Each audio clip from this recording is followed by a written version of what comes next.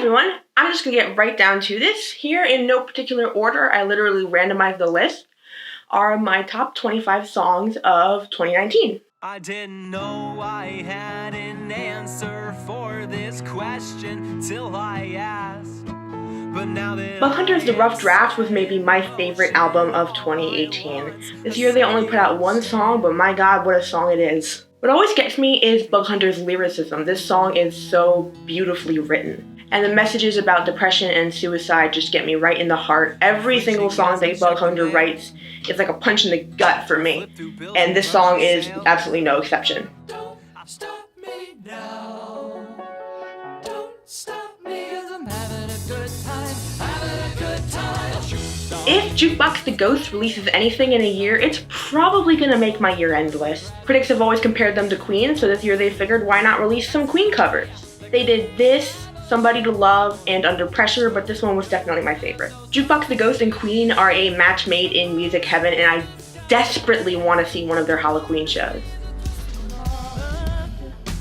Looks like you're glad I'm gone. Thanking God for saving you from what you used to want. In 2019, Julia Nunes released an EP that was just so much darker and more solemn feeling than any of her previous material. This is my favorite track off of it. It's so biting, both pissed off at the person it's talking about and self-deprecating at the same time. It just feels full of regret about a relationship that has fallen apart. The way Nunes sings her backup vocals is just what puts this song over the top. I love this song.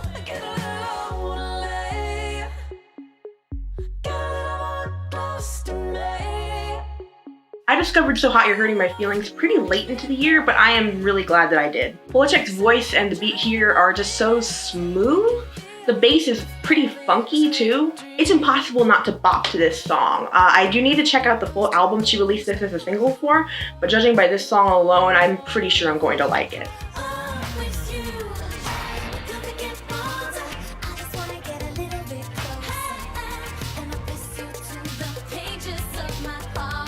Carly Rae Jepsen's album Dedicated was an absolutely charming experience, and this song is just a segment of that. This is a bit of a throwback song with the synths and the sax, but it's really Jepsen's lyrics that make this song so enticing. It was really hard for her to follow up emotion, but I think with songs like this, she did a pretty good job. Oh, baby, you got what I need. But you say he's just a friend. But you say he's just a friend. I did not think I would be talking about a Tally Hall song in 2019, but 8 years later, here they are with a new release. To be fair, I'm pretty sure this is a song they recorded back in the day and just never released, but still, the shock of new Tally Hall in 2019 blew my mind. And this is a wonderful cover of the Biz Markie original that just goes all over the place, which is exactly how I like my Tally Hall. Just, if you have any more unreleased songs, please put them out there, Tally Hall. They sustain me. You can't help it. This is just how we would do the love. Oh, there's a need for boys like you. Dodie has been releasing music that I've loved for the past few years, but I think this is my favorite song of hers. The production is so minimal, but it's those booming drums that really make the track. This is another surprisingly angry song. I particularly love the line, "You can't help it, this is just how we were taught to love," putting the blame not necessarily on the boy in question for how he behaved, but the society in general that shaped the boy into who he was. And I think that's a really important message.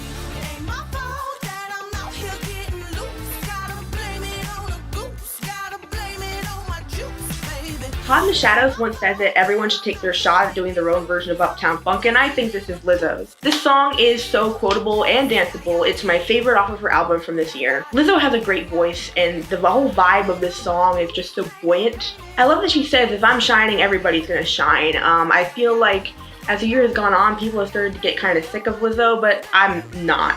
And I think that everyone should remember just how good this song and this album was.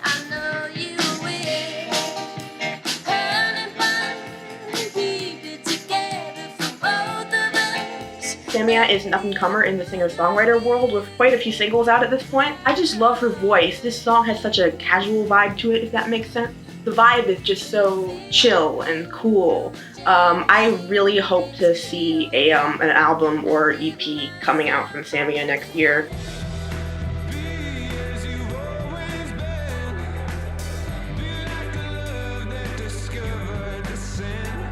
I wasn't as huge on Hozier's new album as some of my friends were, but there are definitely some really good songs on there, and this is one of them. That fuzzy guitar, man.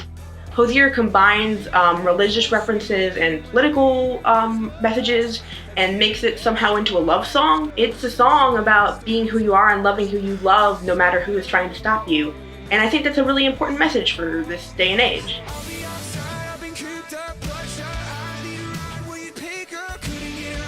I absolutely love the band Camino's album Try Hard this year, and this song and Daphne Blue were like neck and neck for which song I was gonna put on the list, but ultimately I went with See Through. Really just because I love that chorus so much. I keep singing along to it even when the song isn't playing. I really enjoy how much the guitar features, and the vocalist has just such an interesting tone to me. The guitar solo in the bridge just seals the deal. This is next level pop rock, and I really enjoy it.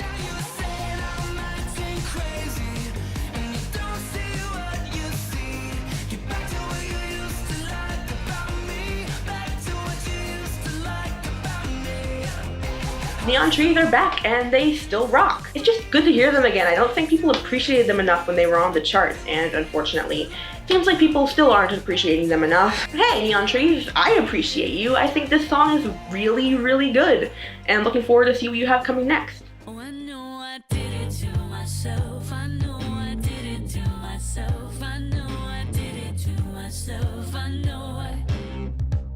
I feel like so many of the songs that I've chosen for this list are like complete biting call-outs of some unnamed person, but this song rocks so hard. The way the music drops out on the first chorus, the bass line, Gartland's lyrics, it all just works so well. I love how the verses are just so mean to the other person, but then the chorus comes in and I think kind of sarcastically repeats, "I know I did it to myself." I've loved Gartland's music for a while, and I have my fingers crossed for an album next year.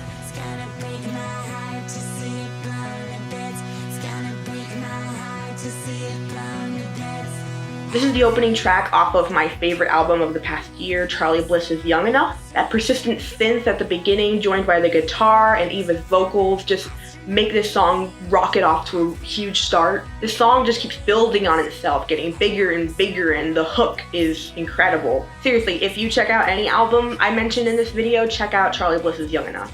I don't hate you, babe. It's worse than that. 'Cause you hurt me. I don't react. Kesha is so powerful. I mean, she got Brian Wilson on song just to sing backup. That is a power move. This song is so simple but so full of feeling. It's got kind of a country vibe to it, but really it's just such a showcase for Kesha's singing and lyrics. And her voice just melds so well with the other singers. It sounds so good. I literally have not stopped listening to this song since it came out a few weeks ago. Why do we keep when the water runs? Why do we love if we're so mistaken? Charli XCX came through this year with an album chock full of amazing collaborations, but this is definitely the standout. Charli and Chris have so much chemistry here, though my one complaint is that I can't always tell their voices apart, but it doesn't really matter, and the outro, I think, in my opinion, is the best part. This song kind of feels like the better version of that Ed Sheeran, Justin Bieber song we got. Definitely one of the best pop songs of the year. Just because it's over doesn't mean it's really over. And if I think it over, maybe I'll be coming over again. And I'll have to get over you all over again. If you told me at the beginning of the year that Katy Perry was gonna be on my year-end list, I would have laughed in your face. Yes, this song is a complete ripoff of Dagny's Love You Like That, but first of all, Perry gave Dagny a writing credit, probably due to that whole Dark Horse debacle. And second, Love You Like That came out in 2017, and it turns out a pop star remake in 2019 is still pretty damn good. This is the first Katy Perry song I've liked in a long time, and I do hope she continues in this direction, but it doesn't seem likely. Don't speak for a little precious card. I know that you don't know me, but I know just who you are. Yeah. Internet superstar Left at London released this song like a couple of weeks ago, and I already love it so much. It's produced by Dylan Brady of 100 gecs, who I have not gotten around to checking out yet, but the production on this song is immaculate. The synth breakdown is my favorite part, but Left at London's lyrics just work so well with the beat. A last minute, but definitely not least addition to this list. You know I can't stay sober, crying in the memory of you. Feelings start to take over, I definitely would not have heard of this song if not for ARTV's year-end list, so thank you, John, for that. This is some fantastic pop punk. The alternating male and female vocals work so well, and the chorus just feels like a breath of fresh air, and the bridge is just so incredibly good. Check this song out. I am looking forward to good things from you, Hot Milk. But you keep on playing games with me, games, and you always gotta play with me, play. Tessa Violet's Bad Ideas album finally came out this year, and this is both my favorite single and my favorite song on the album. The song feels so anthemic, the emotions are huge but still relatable. I've been waiting for this album for like 2 years maybe, and Tessa totally delivered with both a great pop record and this great song.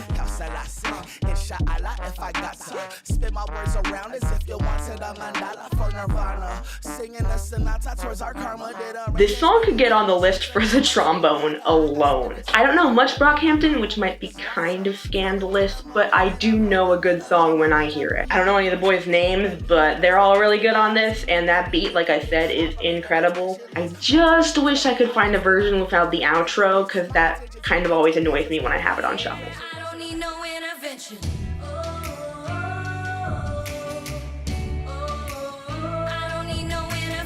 YouTuber and actress Anna Akana made her music debut this year, and in general it was pretty good. This song totally gets you in the mindset she's going for, full of resentment and bitterness towards others, but still trying to find a way to help yourself, and that drop is really good. Akana just adds on to her massive list of achievements with songs like this.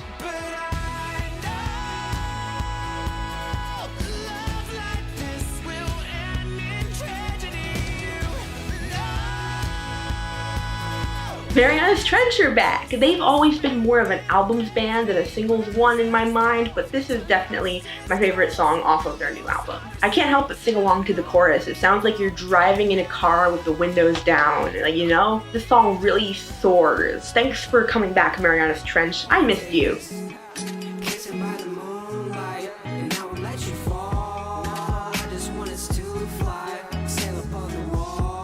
Rappers Kill Bill and Rav released 2 projects this year, and while I think I like the album Solar Flare more as a whole, I like individual songs more off of the album New Moon, including this one. Favorite line by far is definitely "Love don't pay the rent, but baby, love songs do." These two are really interesting rappers, and I highly suggest that you check out both their albums from this year, because I thought they both had a lot to them.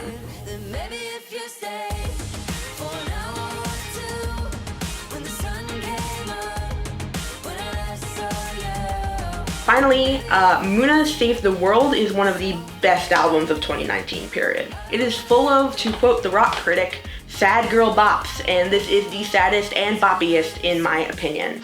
Do you ever yearn? I yearn. You yearn? Oh yes, yes, I yearn. This song yearns for not even romance, just some sort of intimacy. It's impossible for me to not sing along to this song. I could dance to this one and I can cry to it. Fantastic work, Muna. And that's it. That's my list. If you have any songs that you thought were particularly great this year, you can leave them in the comments below and I might check them out. And thank you so much for watching.